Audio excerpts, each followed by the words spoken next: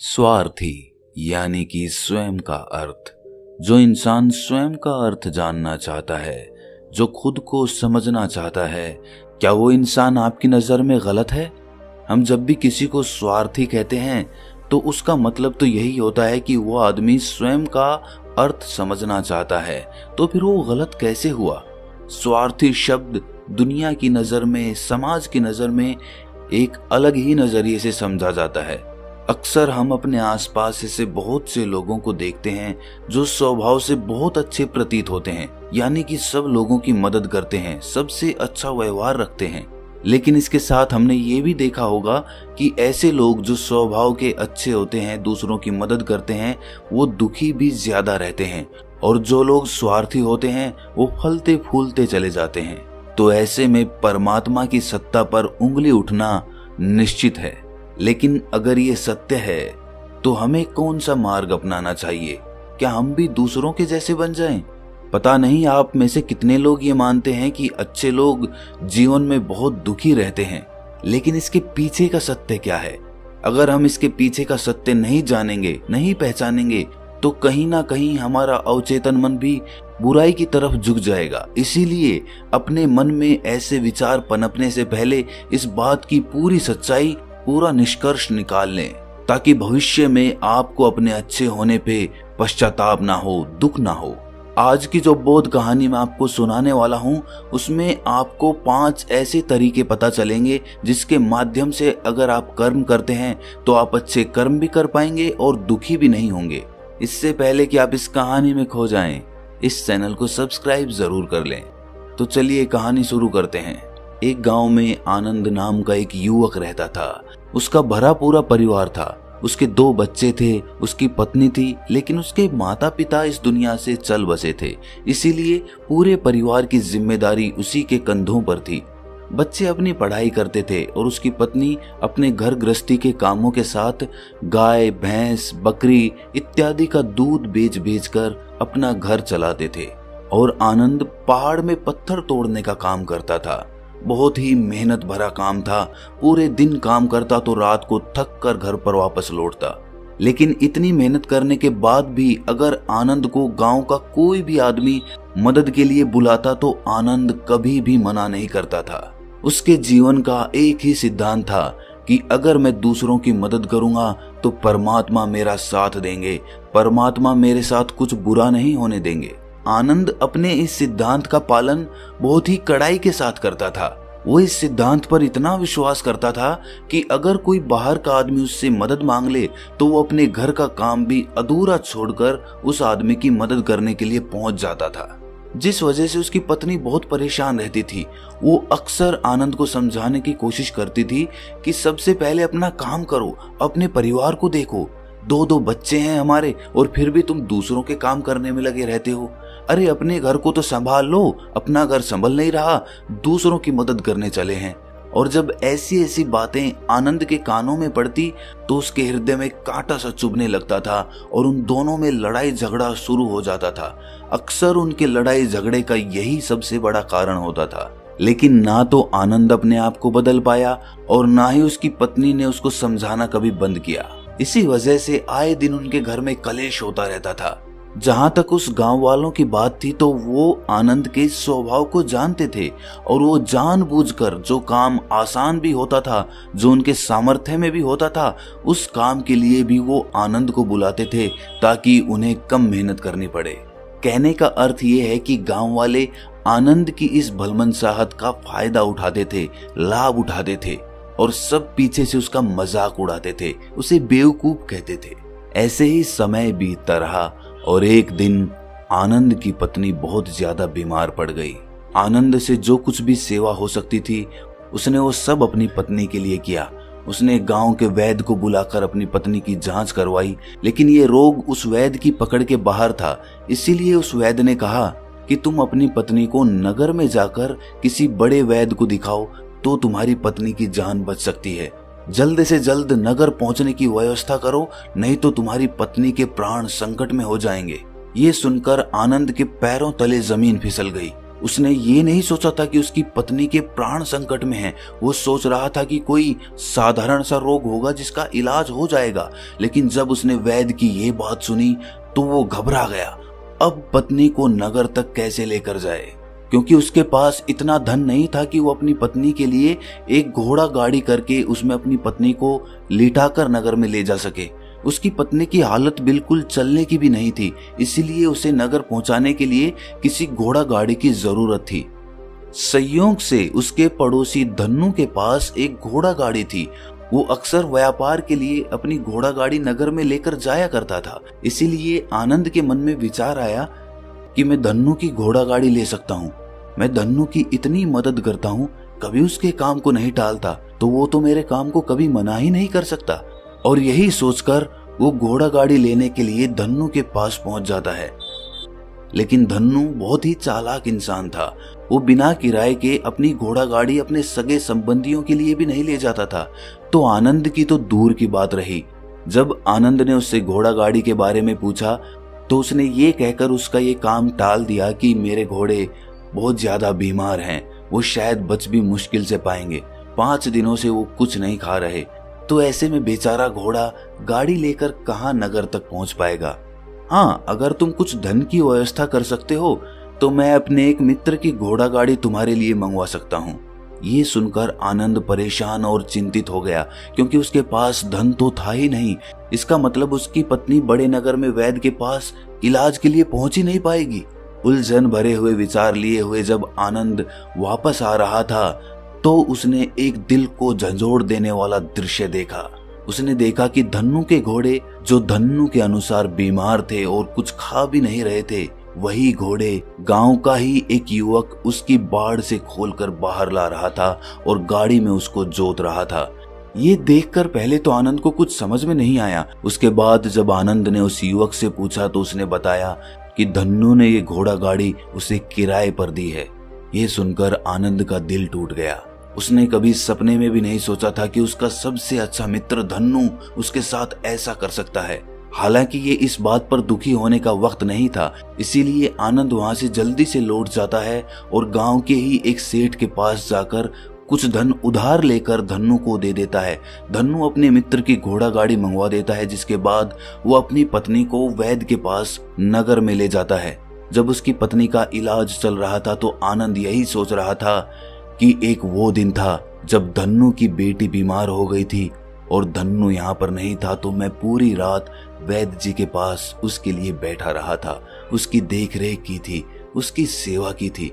इतने दिनों तक धन्नू नहीं आया था, तब मैं ही उसके परिवार की देख रेख किया करता था। हाय, कैसा दुर्भाग्य है ये। जिसके लिए मैंने इतना कुछ किया, उसने एक घोड़ा गाड़ी देने से मुझे मना कर दिया, और वो भी तब जब मेरी पत्नी जिंदगी और मौत के साथ खेल रही थी। कुछ देर बाद वैद्य बाहर आकर आनंद को एक बहुत बुरी खबर देता है। वो आनंद को बताता है कि उसकी पत्नी को कर्क रोग हो चुका है और इसका कोई भी इलाज नहीं है। उसके पास कुछ समय ही शेष बचा है। ये सुनकर आनंद दुखी होकर वहीं जमीन पर बैठ गया। उसकी पूरी दुनिया उजड़ने वाली थी और उसे कोई रास्ता नजर नहीं आ रहा था। कुछ समय बाद उसकी पत्नी चल बसी और अब दोनों बच्चों की जिम्मेदारी उसके कंधों पर आ गई थी। लेकिन यहाँ पर आनंद के सारे सिद्धांत टूट चुके थे, उसके सारे भ्रम खत्म हो चुके थे। अब उसके दिमाग में एक ही बात थी कि अच्छा कर्म करने से परमात्मा साथ नहीं देता, बल्कि बुरे लोग फलते फूलते हैं, और इस बात का मैं सबसे बड़ा गवाह हूँ। ये विचार अक्सर उसके दिमाग में चलते रहते थे और इसी वजह से उसका मन धीरे धीरे संन्यस्त हो गया, देश दुनिया से दूर हट गया। और एक दिन ऐसा भी आया जब वो अपने बच्चों को अपने रिश्तेदारों के पास छोड़कर इस देश दुनिया को त्याग कर एक सन्यासी बनने के लिए घर से निकल पड़ा। उसने गांव में किसी को कुछ नहीं बताया, किसी को नहीं पता था कि आनंद अचानक कहाँ गायब हो गया। सन्यास की दीक्षा लेने के लिए वो एक बौद्ध भिक्षु के पास पहुंचता है। बौद्ध भिक्षु उस समय ध्यान में बैठे हुए थे। ध्यान से बाहर आने के बाद वो बड़े ध्यान से आनंद के चेहरे को देखते हैं और उससे सन्यासी बनने का कारण पूछते हैं। इस पर आनंद उन्हें अपनी पूरी आप बीती सुना देता है और कहता है कि हे बंते, इस दुनिया से मुझे कुछ भी हासिल नहीं हुआ। मेरा मन इस दुनिया से विरक्त हो चुका है। जब अपने दोस्तों ने ही मेरा साथ नहीं दिया तो इस दुनिया में रहने का क्या मतलब, और इसी वजह से मैं सन्यासी बनना चाहता हूँ। ये सुनने के बाद बौद्ध भिक्षु ने उपदेश देना शुरू किया। उन्होंने कहा कि याद रखना बंते, जीवन से विरक्त होकर सन्यासी बनना तुम्हें परम सुख तक कभी नहीं पहुंचा सकता, परमानंद तक कभी नहीं पहुंचा सकता। तुम दुनिया से अपने मन पर एक बोझ लेकर विरक्त हुए हो। तुम दुनिया से परमात्मा की खोज करने के लिए विरक्त नहीं हुए हो। इस भ्रम में कभी मत रहना। तुम संसार से विरक्त हुए हो क्योंकि संसार ने तुम्हें धोखा दिया, ऐसा तुम्हें लगता है। इसीलिए तुम परमात्मा पे कभी विश्वास नहीं कर पाओगे और ना ही उन पे अपनी पूर्ण आस्था बना पाओगे। इसीलिए सन्यासी होने का भी तुम पूरा लाभ कभी नहीं उठा पाओगे। सन्यासी होने का लाभ तब मिलता है जब हमारी प्रभु में, परमेश्वर में, परमात्मा में पूर्ण आस्था बन जाती है। मैं तुमसे पूछता हूँ, क्या तुम्हारी आस्था परमात्मा में है?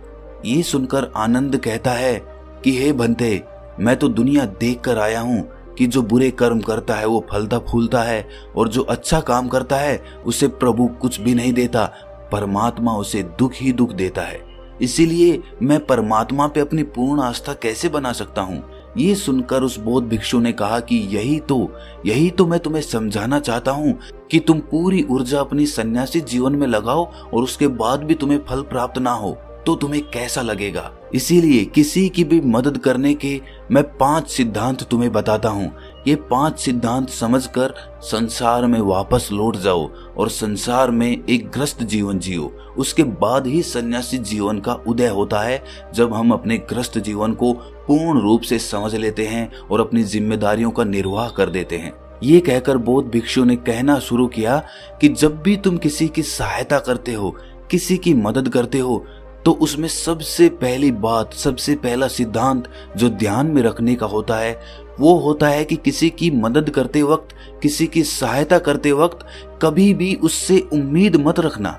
ये मत सोचना कि आज मैंने इसकी सहायता कर दी, मदद कर दी, तो कल बदले में ये भी मेरी सहायता करेगा, मेरी मदद करेगा। अगर तुम ऐसा सोचोगे तो तुम्हें जीवन में दुखों का सामना करना ही पड़ेगा, क्योंकि एक नहीं तो दूसरा, या दूसरा नहीं तो तीसरा, कोई ना कोई तुम्हारी उम्मीद जरूर तोड़ेगा। और वास्तविकता में वो मदद या वो सहायता नहीं होती है, वो हमारे लालच का ही एक रूप होता है। हम उसकी सहायता या मदद निर्भाव तरीके से नहीं कर रहे हैं। हमारे मन में लालच का भाव है, हमारे मन में बदले का भाव है। हम ये सोचकर मदद करते हैं कि इसकी मदद कर देता हूँ तो कल ये मेरे भी मदद करेगा, और यही लालच हमें अक्सर उन लोगों की मदद करने पर विवश करता है जो किसी ना किसी रूप में धनवान होते हैं, क्योंकि हमें लगता है कि कल ये आदमी धन के द्वारा मेरी मदद कर सकता है। और इसीलिए जिस इंसान को वास्तविकता में मदद की आवश्यकता है, हो सकता है वो गरीब हो, लेकिन हमारा मन अपने लालच के वशीभूत होकर उसकी मदद कभी नहीं करेगा। इसीलिए किसी की मदद और किसी की सहायता करने के अपने विचार को विस्तार दो। केवल एक प्रकार के वर्ग के लिए अपनी सहायता या अपनी मदद पेश मत करना, उस सब के लिए समान होनी चाहिए। जरा सोचो, एक तरफ तुम्हारा मित्र हो जिसके पास धन है, संपदा है, और दूसरी तरफ कोई गरीब औरत हो जो भूखी बैठी हुई है। तुम्हारा दोस्त तुमसे कहता है कि यार आज तो खाने के लिए अच्छे अच्छे पकवान मंगवा लो बाजार से, और दूसरी तरफ वो औरत तुमसे 2 सूखी रोटी मांग रही है, तो तुम किसकी मदद करोगे? कौन मदद का हकदार सबसे पहले है? सबसे पहले हमारा कर्तव्य बनता है कि उस औरत की भूख मिटाएं। लेकिन अक्सर इंसान ऐसे नहीं सोचता। वो अपने दोस्त को तो खिला देगा, उसको तो बाजार से बहुत महंगी वस्तु मंगा के दे देगा, लेकिन किसी गरीब को उसकी भूख मिटाने के लिए पैसा या धन नहीं देगा। दूसरी बात जो ख्याल में रखने की है वो ये कि सहायता करते वक्त हमारा लालच कभी भी उसके साथ नहीं जुड़ना चाहिए। अक्सर हम जब किसी की मदद करते हैं तो हमारा लालच और हमारा स्वार्थ ही उसके साथ जुड़ा होता है, और हम अपनी भविष्य की योजना तैयार करके उस आदमी की मदद करते हैं। हम ये सोचते हैं कि अगर मैं इसका ये काम करूंगा तो भविष्य में ये आदमी मेरा वो काम पूरा कर देगा, और वो सहायता, वो मदद बिल्कुल भी परमात्मा के द्वार को नहीं खटखटाती, क्योंकि वो लालच है। जाहिर है आप अपने आप को धोखा देने के लिए अपने लालच को एक सहायता, एक मदद का रूप दे रहे हैं। तीसरी बात जो ख्याल रखने की है वो ये कि अपने सामर्थ्य के हिसाब से दूसरे की मदद करो। कभी भी एक ग्रस्त आदमी को किसी की इतनी सहायता नहीं करनी चाहिए जिससे कि उसका परिवार और उसके बच्चे कष्ट में जीवन बिताएं। सबसे पहला फर्ज हमारा होता है अपने परिवार को सुखी रखना, उनकी जरूरतें पूरी करना और उसके बाद दूसरों की मदद करना आता है। लेकिन कुछ लोग दूसरों की मदद पहले करते हैं और अपने परिवार को तवज्जो कम देते हैं, जिससे कि परिवार में लड़ाई झगड़े आए दिन पनपते रहते हैं और ये सब हम समाज में देखते रहते हैं अपने आसपास। अगली बात जो ख्याल में रखने की होती है वो ये कि अपना कर्म, अपनी जिम्मेदारियां पहले निभानी होती हैं। हम अपना कर्म, अपना काम छोड़कर पहले दूसरों की मदद करने के लिए चले जाते हैं और जब दूसरा बदले में हमारी मदद नहीं करता तो हमारा दिल दुखी हो जाता है। हम सोचते हैं कि मैंने तो अपना काम छोड़कर उस आदमी की मदद की थी और वो आदमी मेरी मदद ही नहीं कर रहा है। इसीलिए अपना कर्म सर्वोपरि, अपना कर्म सबसे ऊपर, क्योंकि वही काम करने के लिए इस दुनिया में हमारा जन्म हुआ है। और सबसे आखिर में जो बात समझने की है वो ये कि परमात्मा की मर्जी से ही सब कुछ होता है। हमारा कर्तव्य है अपने कर्म को करते जाना। करनी धरनी तो ऊपर वाले के हाथ में है, इसीलिए जो कुछ भी होता है सब ऊपर वाले पे छोड़ दो। अगर तुम्हें कोई धोखा भी देता है तो ये समझ के चलो कि वो सब ऊपर वाले की करनी होती है। आप ये मान के चलो कि मैं करता नहीं हूं, मैं तो एक माध्यम हूं, करवाने वाला तो वो है, उसके सामने किसकी मर्जी चली। जब ये आस्था, ये विश्वास हमारे मन में पनपने लगता है तो हमारी सारी शिकायतें दूर हो जाती हैं, क्योंकि इस दुनिया में जो भी होता है अच्छे के लिए होता है, जो भी हो रहा है अच्छे के लिए हो रहा है और जो भी होगा अच्छा ही होगा। चाहे हमारी बुद्धि आज वर्तमान में इस सिद्धांत को ना समझ पाए, लेकिन जीवन में कभी ना कभी किसी ना किसी मोड़ पर आपको जरूर ये एहसास होगा कि जो हुआ था वो अच्छे के लिए ही हुआ था। इसीलिए सारी शिकायतें दूर कर दो और बस अपना कर्म करते जाओ, अपने ग्रस्त जीवन को पूर्ण रूप से जी लो और उसके बाद ही सन्यासी जीवन की नींव होती है। इसके बाद बौद्ध भिक्षु ने आनंद को कहा कि वापस अपने गांव लौट जाओ, अपनी बेटियों को वापस लेकर आओ, उन्हें पालो पोसो, अपने बच्चों को वापस लेकर आओ, दूसरी शादी कर लो, लेकिन बच्चों का पालन पोषण अच्छे तरीके से करो। ये सुनकर आनंद अपने बच्चों के साथ अपने गांव में वापस लौट आता है। गांव में किसी को खबर नहीं थी कि आनंद कहां पर गया हुआ था और वो क्या ज्ञान लेकर वापस लौटा है। लेकिन अगले दिन सुबह सुबह गांव वालों ने आनंद के चेहरे पर एक अलग ही आनंद, एक अलग ही आभा पाई। तो दोस्तों, कैसी लगी आपको ये कहानी कमेंट सेक्शन में जरूर बताना और अच्छी लगी तो इस चैनल को सब्सक्राइब जरूर कर लेना। तो मिलते हैं अगली कहानी में, तब तक के लिए अपना ख्याल रखें।